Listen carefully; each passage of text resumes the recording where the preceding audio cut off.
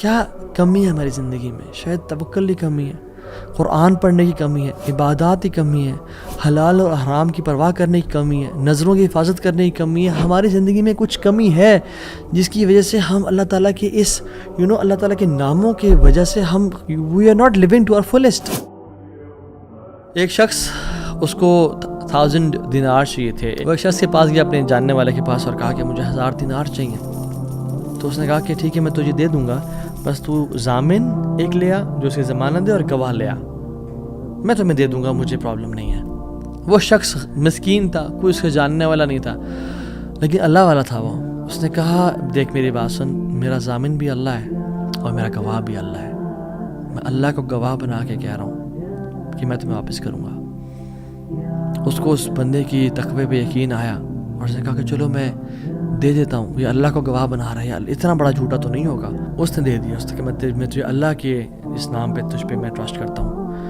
یہ شخص پیسے لے کے اس نے کاروبار کرنا تھا، یہ چلا گیا. یہ جب کشتی پہ بیٹھا، سوار ہوا، دوسری طرف اترا، اپنا کام شام کیا، واپس آیا. جو دن اور جو مقرر وقت آیا ہوا تھا، جب وہ کشتی پہ آیا واپس، ایک سمندر کے پار یہ شخص تھا، تو جو لاسٹ کشتی تھی وہ نکل گئی. یہ سر پکڑ کے بیٹھ گیا کہ میں نے تو آج وعدہ کیا تھا اور اللہ کو ضمانت دار بنایا تھا اور گواہ بنایا تھا. اب اگر میں آج اس تک مال نہیں پہنچاتا تو وہ کیا سوچے گا میرے بارے میں، اور اس کا تو ٹرسٹ اٹھ جائے گا، یعنی کہ میں نے اللہ کے نام پہ جھوٹ بولا اسے.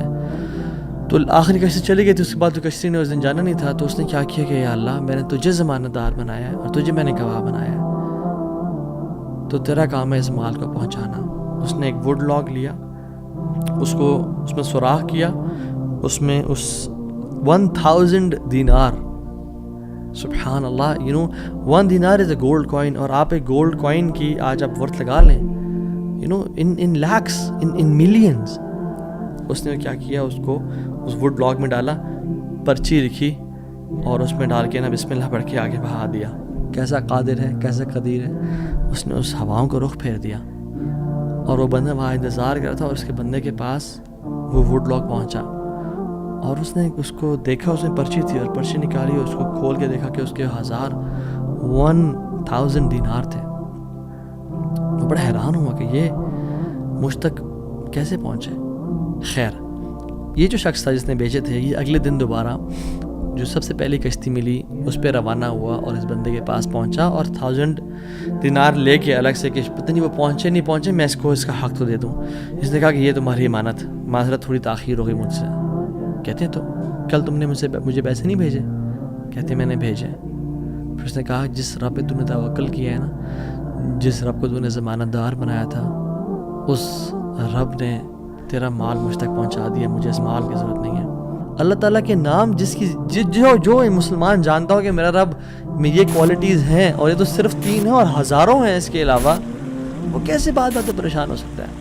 وہ کیسے انزائٹیز اور پریشانی سے گزر سکتا ہے؟ اس کو پتہ کہ میرا رب ہر چیز پر قادر ہے. قل هو القادر على ان يبعث عليكم عذابا من فوقكم، وہ قادر ہے کہ اس بات پہ کہ تم پہ عذاب لے آئے. ان المتقین فی جنات ونہر فی مقعد صدق عند ملیک مقتدر. عند ملیک مقتدر، وہ مقتدر بھی ہے، وہ ہر چیز پر قادر ہے. تبارک الذی بیدہ الملک وہو علی کل شیء قدیر، وہو علی کل شیء قدیر. وہ قادر بھی ہے، قدیر بھی ہے، مقتدر بھی ہے. تو پریشانی کس بات کی ہے جب ہمارا رب ہے اور وہ ہر چیز کو کنٹرول کر سکتا ہے، اور ہم اگر اللہ والے بن جائیں تو پھر آپ یقین جانیں کوئی مسئلہ نہیں رہے گا. ہر پریشانی کو وہ آسانی میں ایسے بدل سکتا ہے. اس نے صرف کن کہنا وہ بدل